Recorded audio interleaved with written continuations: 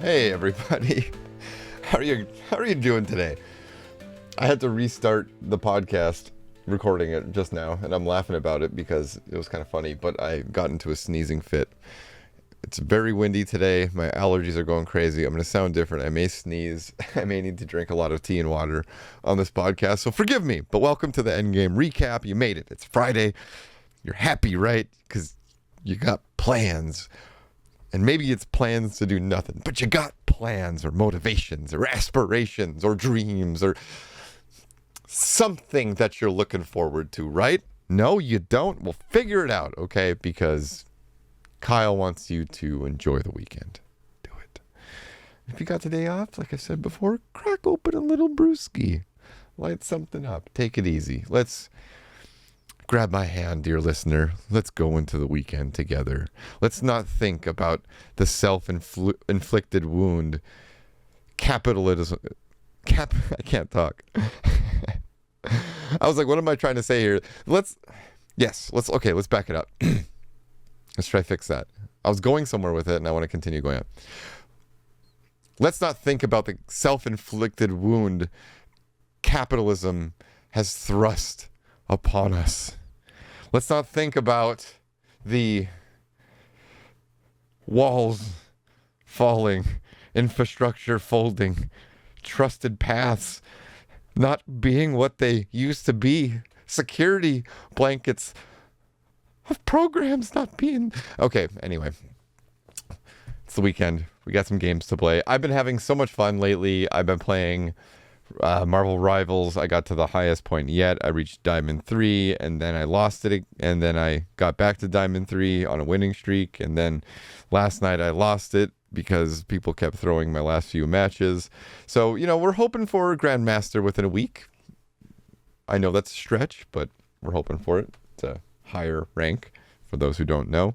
I've been watching my wife play Avowed. She's still loving that, and man, there are so many indies and so many games coming out that every single day that it drowns out some of the negative things happening in the world. There's so many great albums, but video games specifically I see all these creators posting on LinkedIn, and I go to their places and I follow them, and there's so much excitement, and it sucks knowing something like 90% of them won't even make their money back that they spent on the game. But there's so much life. There's so much life to the video game industry, and to any of my colleagues that are currently employed, just remember that working in entertainment and all of this is very much a privilege, and don't ever take it for granted. As a member of the unemployed right now, I do miss a paycheck, but what I miss really is the collaboration with people who are genuinely excited about this industry, and genuinely excited about what's always coming down the pipeline. I've had many opportunities to work with some very talented and passionate and empathetic individuals, and when you're thinking about your next steps in your career, you think back to times when you had the most fun and you really enjoyed what you were doing, and you hope to replicate that the best you can and weigh your choices, so to speak. So shout out to anyone who's working in the games industry and can realize that. And if you're feeling bad about the industry right now and you work in it, sit back a little bit. You could be doing something you don't want to do. You could be referencing the family man here, but you could be selling tires every day. I know some people do that and some people enjoy it, but just referencing a movie about the alternative, I know the movie was about him actually enjoying that because he enjoyed his family, and so it was just a job to him and he became really good. But I know, it's a reach of a reference. Forgive me. Oh, like 4 of you got that.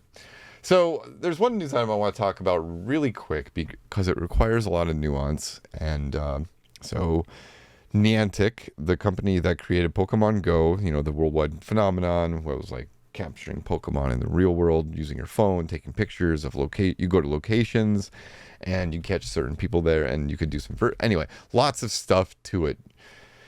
it didn't create this whole new genre, but I think it was the first one that really did that well. And so other companies have come in and done similar things. Pokemon Go is still going along. It was really big during the pandemic. And Scopely is a gaming company that makes a lot of mobile games. And they've done stuff like Monopoly Go, Stumble Guys, and so many more. Marvel Strike Force. And Scopely just bought Niantic, their gaming division, for $3.5 billion. And there's a bit of controversy here. There's a lot of people who are very emotionally reacting out. And there are people on both sides. People are for and against this deal for lots of different reasons. The people that are for the deal are saying this is smart. It's good for Niantic to focus on what they're calling Niantic Spatial. It's a new kind of business that they're going into. And they're saying it's smart of Scopely to buy them because they're just, they are the kings of mobile gaming. The people against it are very much saying, this is Scopely is owned by a company that's not an American company. It's, I believe, Saudi Arabian owned. And, anything that comes out of that realm is very controversial for certain groups of people. There's a lot of, if people actually knew where a lot of the investment for everything, if you follow the money long enough, there's ties to, let's just say, emotional knee-jerk things. So people are against that, and they're also against the fact that there could be potential layoffs from this, because whenever acquisitions happen, there's layoffs. And the fact that Pokemon Go could change. There's a lot of dedicated fans, and what people are always worried about is that the integrity of the game changes and monetization goes up. So just don't shoot the messenger here one way or another. I'm just reporting on it happening. This is something I saw all over LinkedIn. I saw it on Reddit. I saw it on different gaming communities I'm in, and it was interesting. LinkedIn was very business focused, and a lot of people there were focused on that. And then on the gaming side of things, the gamer side of things, they were very focused on the panic and the emotional reaction to ownership and all that stuff. So very interesting to see this move on. What's my opinion? I don't know. This is above my pay grade. Like I said, I think there's a lot of nuances with ownership of various companies. There's lots of gaming companies that if people found out who actually owned it, it would be a different type of thing. Not because people don't think about that. There's a lot of money going around in the world. There's so much investment. Okay, so let's go into another one. This is one that I didn't see anybody report on. I saw like one article here that I'm going to quote, but it was all over LinkedIn in this small group that I'm in. In a small group of people, they talked about this. And I'm going to try and relay this the best I can. So there are UGC platforms for Minecraft. So basically, I don't play Minecraft, but reading the articles and stuff, from what I get is this is like a mod. It's like a destination for mods, or a place where you can boot up Minecraft in tandem with these things, and you get certain connections. Like certain things are enabled, and the experience changes in itself. So it says Minecraft UGC platform Lunar client to acquire Bad Lion from ESL Faceit Group. And if that just made you go cross-eyed, don't worry, it did for me too. It says Minecraft is the best-selling video game with over 300 million copies sold, 170 million monthly active players as of 2024. So that's really big. It says a key driver of this success is the game's integration of user-generated content, UGC, such as custom modifications, mods, and enhancements that expand gameplay. UGC has become a cornerstone of Minecraft's success, fostering creativity, collaboration, and sustained player engagement. Clients like Badline and Lunar Client exist to optimize the Minecraft experience for players worldwide. By providing a powerful, user-friendly launcher packed with improvements and customizations like mods that can alter gameplay mechanics, add new content, or offer quality of life improvements. So, what is it? Badline is one of the most advanced Minecraft Java Edition mod launchers out there, and this acquisition by Lunar Client will expand the latter's active user base to over 3 million monthly players. So you think about that, 330 million copies sold. There is, what did I just say? What did I quote?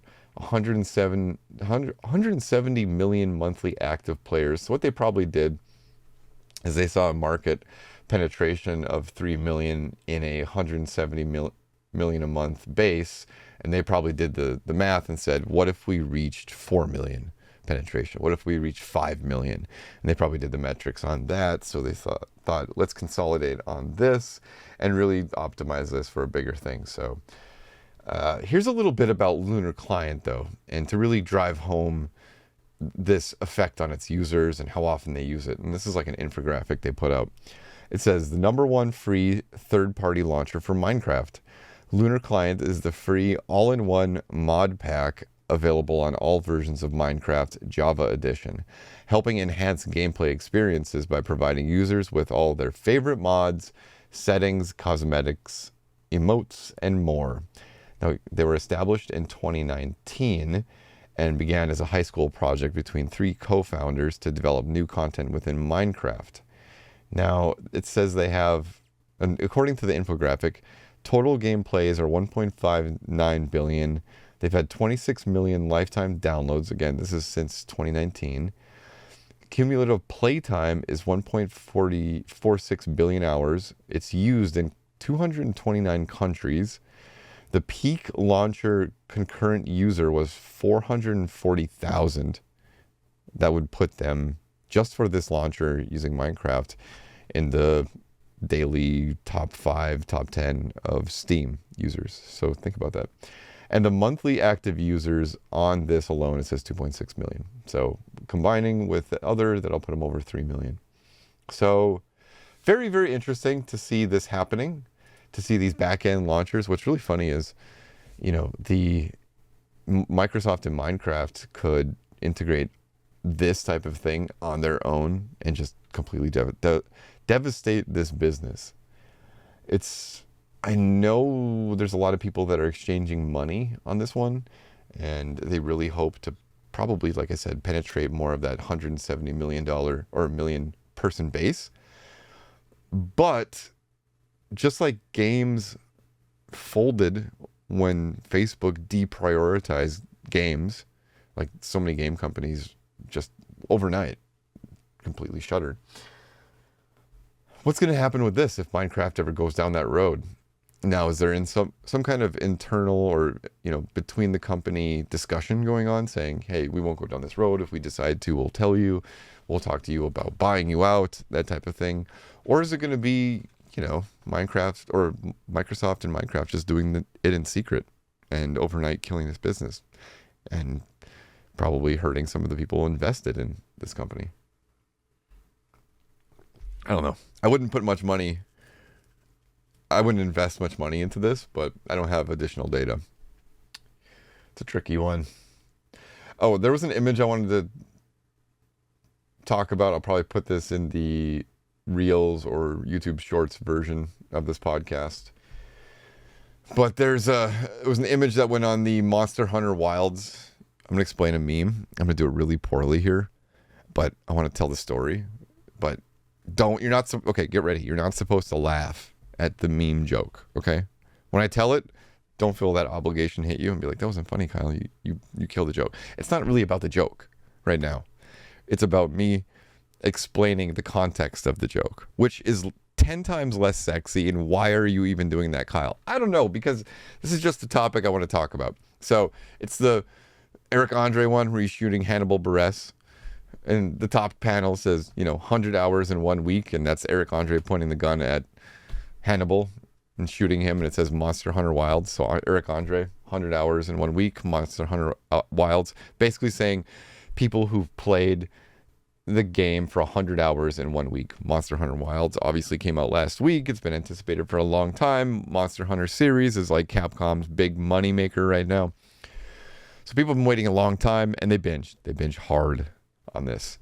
And then the bottom image for this is Eric Andre looking at the user or the camera and saying, why no content? And that happens every game release that I have ever been a part of or seen in my life. I've released a lot of games. There's always the people that will play that game sun up to sundown until they are done, whether it's 2 or 3 days or a couple weeks to a month plus. People will reach the end and then they will say, that's it. It's like the episode of The Simpsons where Homer gets kicked out of the all-you-can-eat buffet. Sometimes game developers want to do that. They would just like for those people to go away. And sometimes those people are right. You know, the game wasn't released with much content. So, but there's always those people that complain that there's not enough. There's an emptiness in them that can't be filled. No, it's always have that type of person. So it's funny that it's happening to Monster Hunter Wilds, and the community was very divisive about this. They were like, but there wasn't enough content. And a lot of people were like, you know, all back and forth, and it's the same arguments that happen time and time again. I've seen it. This is why you hire a seasoned community developer, because on projects where it's a new community manager, I've seen them panic in these moments. Like, what do I say? What do I do? Not to pat myself on the back or sell my services, but really, you know this is going to happen if you've done it before and you know how to respond. How would you respond, Kyle? Pay me.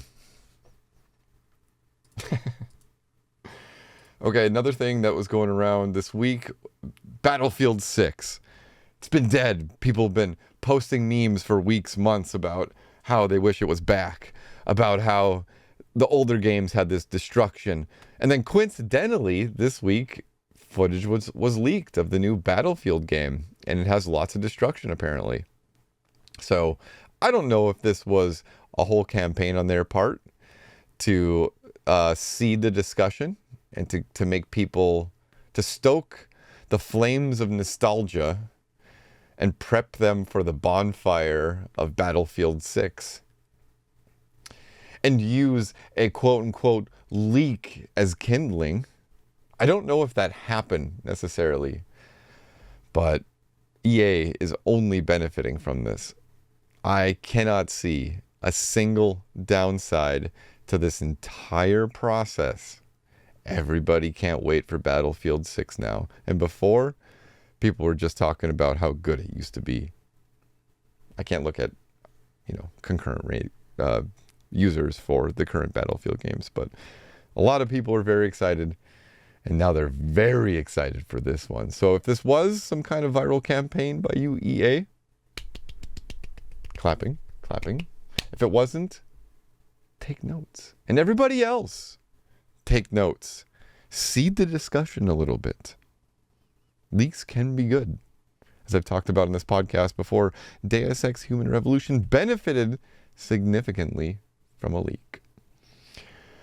All right, moving on. We got, I'm going to butcher this name. It says Hideki Kamiya, Kamiya. I'm American. Words tough. What other languages do you know, Kyle? None. Just American. Just simple American. It says, on leaving Platinum Games, I couldn't allow myself to kill my soul. So this guy has done a lot of different games out there. He created Bayonetta. He worked on Okami and Beautiful Joe and all this stuff. And he talked here about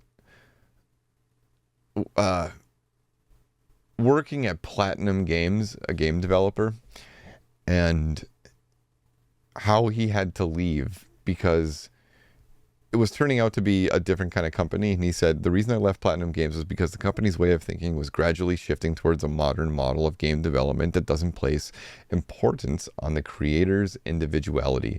He added, even if it meant the end of my career as a creator, I couldn't allow myself to kill my soul in order to work in an environment that I didn't agree with.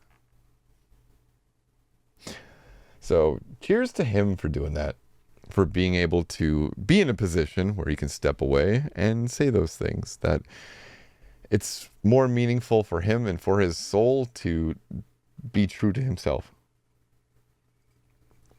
versus work in an environment where he can't be himself. And I definitely feel that more and more as I get older. How about you? Do you feel that? Do you feel that you need your individuality and the ability to express it personally and professionally? I do. It's hard. It's very, very hard. Sometimes you just get so comfortable, and then you find beautiful ways that they can intertwine and benefit from each other. And you find it's really, really hard to become more of yourself and find more places for you, because it's very easy to fit in for some of us and do what's expected and do what is safe, and go along with kind of the easy way of going about this, with society in general, the ebb and flow of things. But to, how do I say this, to branch off and create your own stream or your own river of some sort, even if it's, God, I'm not being very poetic here. It's hard, okay? It's hard to do your own thing. So I get it. Lord of the Rings Online patched something called the old deed log back in the game. And now they're also transferring characters to new 64-bit servers. Lots of people are playing. I see lots of headlines for it. This game, people, has been out for something like 17 or 18 years, and people are still playing it. Apparently, I looked it up. The UI sucks, people said, but the lore, if you like Lord of the Rings, is absolutely massive. So, good on them, I guess. Okay, another article here. It says USC Today. It says disruptive behavior in video game communities. Q&A with USC's Dimitri Williams. It says the USC Annenberg professor discusses the unique behavioral traits of video game players. This is one of my favorite articles I have read in years for the video game industry. So I'm going to read the whole thing. It's so interesting. It's so concise. The writer here, Will Kwong, did a wonderful job writing this up and summarizing it.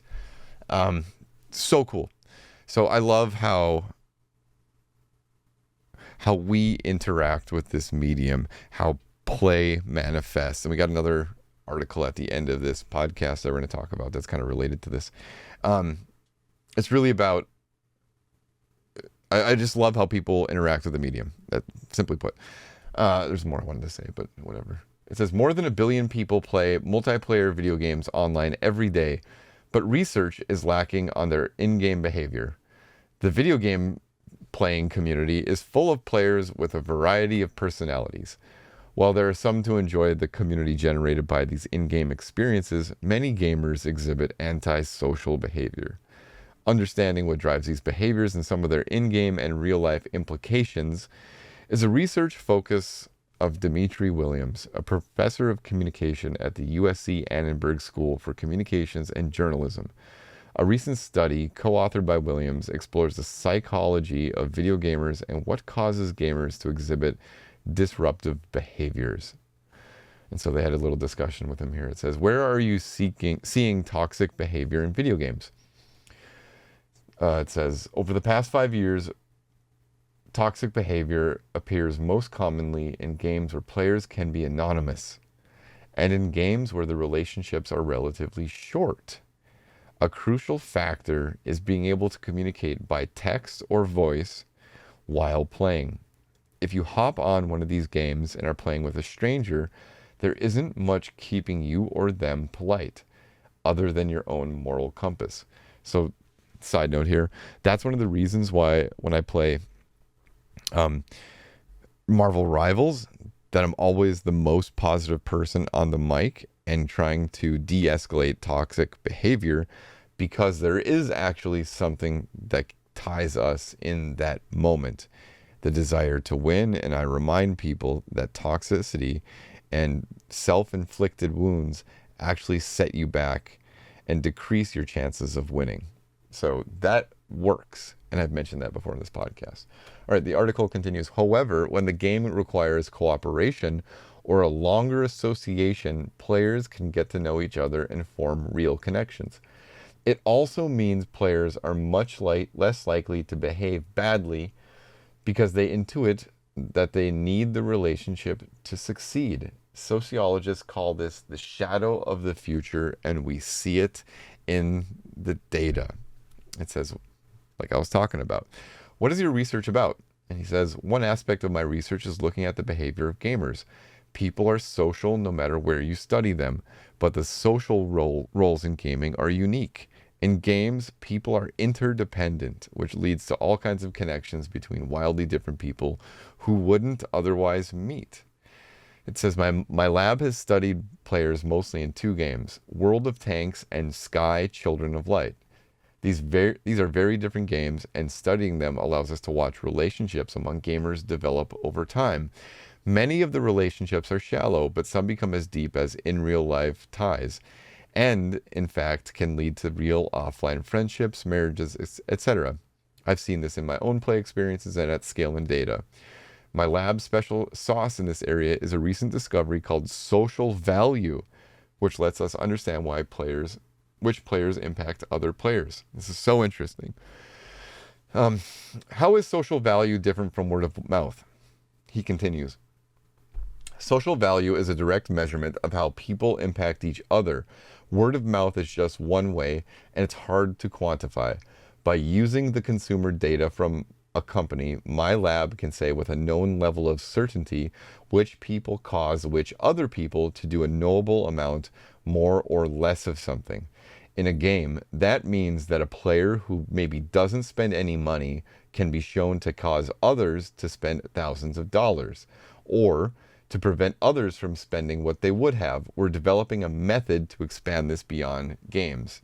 See that? That's why these things get funded. Study gamers. You can then see the how we all connect with each other and what our social value is to each other, or rather what our actions combined with that inherent social value. Anyway, so where does your research data come from?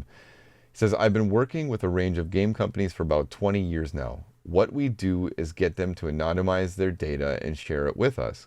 This is a huge step up in research quality because we don't have to reach the players directly and ask them what they did. That leads to all kinds of quality problems. Instead, we can see everyone and know everything they do anonymously. We often work with the companies to run surveys on these players or interview them so we can add their psychology and feelings to their actions and their social ties. Seeing those things for millions of players over years has allowed us to produce research unlike anywhere else. And it says, what are some of your favorite video games? This person, great question to have for something like this. I usually don't like that. I think it's too easy, but for this, yeah, wonderful. It says, my favorites are highly social games like World of Warcraft or League of Legends, but I also enjoy a great solo indie like Monument Valley. Experiencing social ties in all of their colors through playing these games has guided a lot of my research questions. And so he said he's going to do more of that. Absolutely fascinating. I hope there's a book. I hope there's more information on it. One of the coolest things. Just brilliant. We're kind of running out of time. Podcast is going a little long. I just want you to know that the SAG-AFTRA video game strike is still going on. There's some concessions that were made on both sides, some agreements, but most recently it said that there are quote-unquote alarming loopholes that are still being addressed. So that's a quick update on that one. Here's a question that was at Reddit Gaming. I like to read some of these questions I have over there. I love seeing how people interact and what they do in games. This is one of the best parts about it. You know, how do we interact with this form of media? It's so interesting. What game mechanic did you never use or learn throughout the entire game? And the OP says, I never used recipes in RDR2. I did. Other people said, I never upgraded my Fallout 4 settlements beyond the required intro quest. Rumor is they're still being raided by bandits to this day. People said, whenever a game has a morality mechanic, they said the brake button in Mario Kart. My buddy didn't realize you could build more than one base in Subnautica, so he beat the game out of his first base. Oh boy.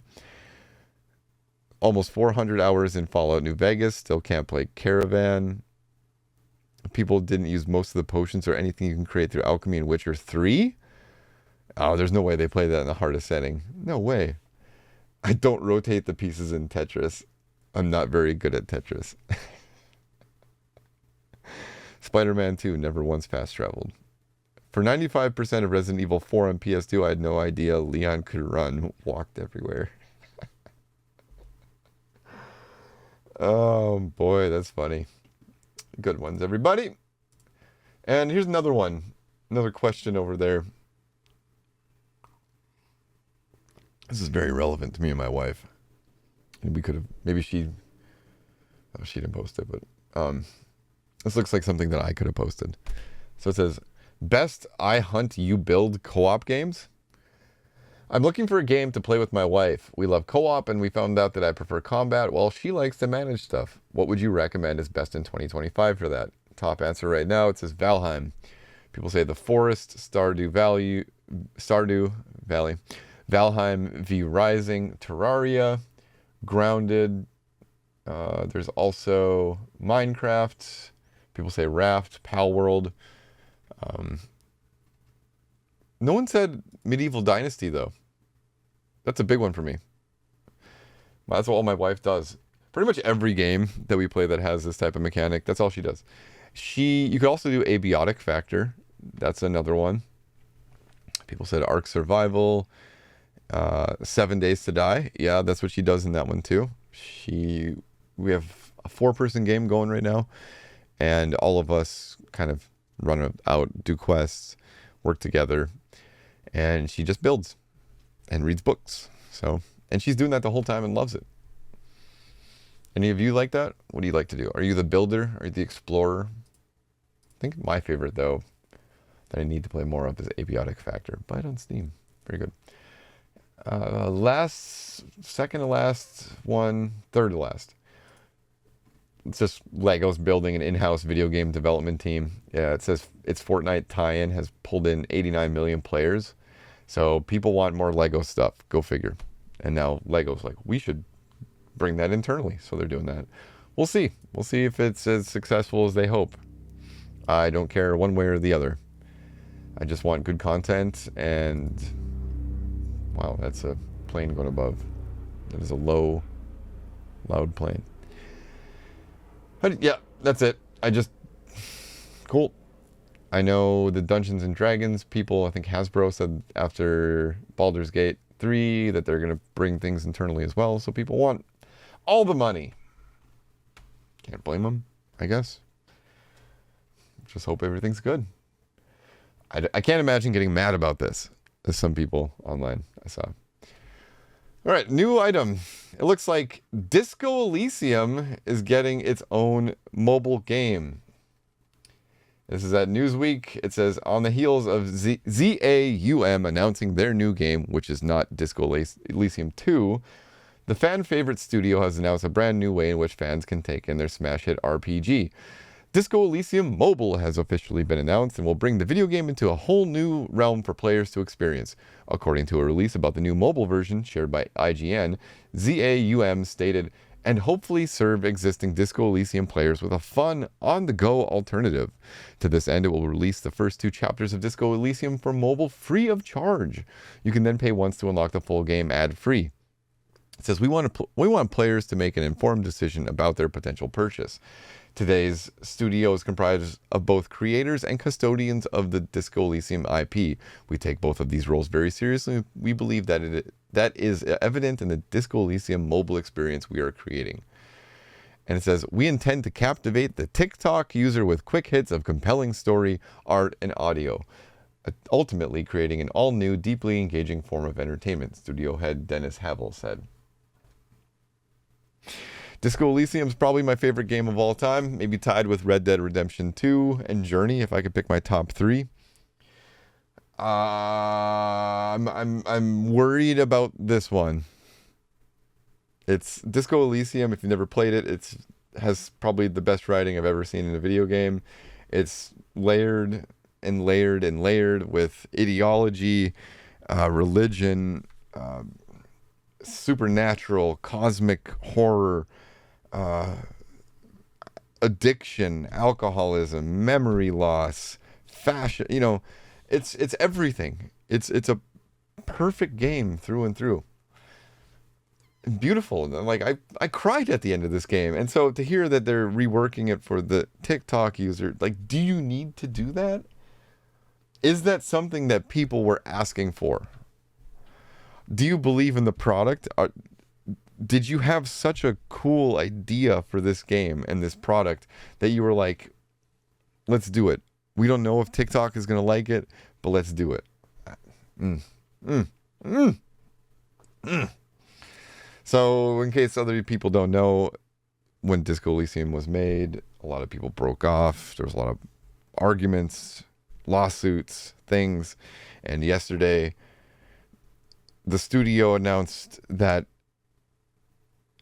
they announced their new game with a trailer, and then the former Disco Elysium people, including the main voice actor for the game and some of the largest, most, I guess, impactful creators, or so I've heard, they announced their game with a trailer too. So it's full on war. Last bit of news I wanted to talk about. This says, representing yourself in court can be complicated. This video game aims to make it easier. Pro se representation is common, especially for those who can't afford legal services. Represent, created by game designers and legal experts. I can't talk. Represent, created by game designers and legal experts, walks people through every step of the process. It says, going to court is stressful enough, even more so if you're your own lawyer. All right, I'm not going to read this because I can't talk anymore. I'm tired. I've been working very long today on everything. It's just, this is a game that you can play to be able to represent yourself. They're going to have different types of games eventually come out that are much more impactful, that can go through specific cases and more nuances. It says represent plays kind of like an onboarding program for going to court. But it took the team a while to figure out what information to include in the game and how to present in a way that wouldn't overwhelm people. Because, you know, no one wants to play educational games. How do you make something enjoyable and that's going to stick? And so that when you go to represent yourself, you know, people might be saying, why would anyone represent themselves? Why indeed? Maybe they feel like the system and the lawyers that they have cannot represent them in the way that they need. Maybe people want the ability to add some additional information to inform themselves to make their own decisions. Maybe people are not allowed to be able to be publicly represented. There is certainly a growing number of folks in the U.S. right now facing a lack of representation. Even children too young to speak are not being represented. So anything we can expand the information and the capability to people, the better. And before I get really sad and start tearing up, that's the podcast for this week. Go check out that article. Seriously, wonderful that people are experimenting with play. I know I was going to talk about it, like I mentioned earlier, that this is it. This is play. This is another way of using play. And that's what this podcast is essentially all about. It's about the beauty of games. I hope you see it. I hope you feel it. Thanks everyone for listening. I'm Kyle Stolick, your host over here at Endgame Recap. Thank you very much for listening. Bye.